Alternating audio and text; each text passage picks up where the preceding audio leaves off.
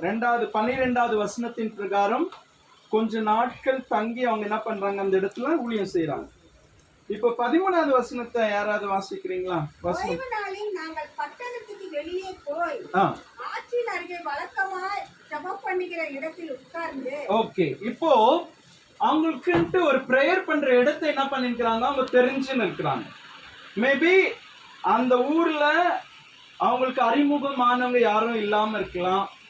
எந்த இடத்துல போய் எப்படி அந்த ஊழியத்தை ஆரம்பிக்கணும் அப்படின்னு சொல்லி அவங்க யோசிச்சுட்டு இருந்திருக்கலாம்.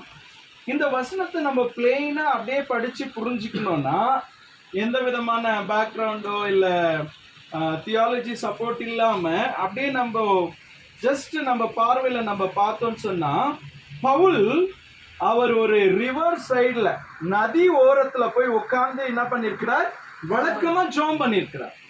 இவங்க கூட ஒருவேளை சீஷர்கள் கட்டாயம் இருந்திருப்பார்கள், தீமோத்தி போன்றவர்கள் இருந்திருப்பார்கள்.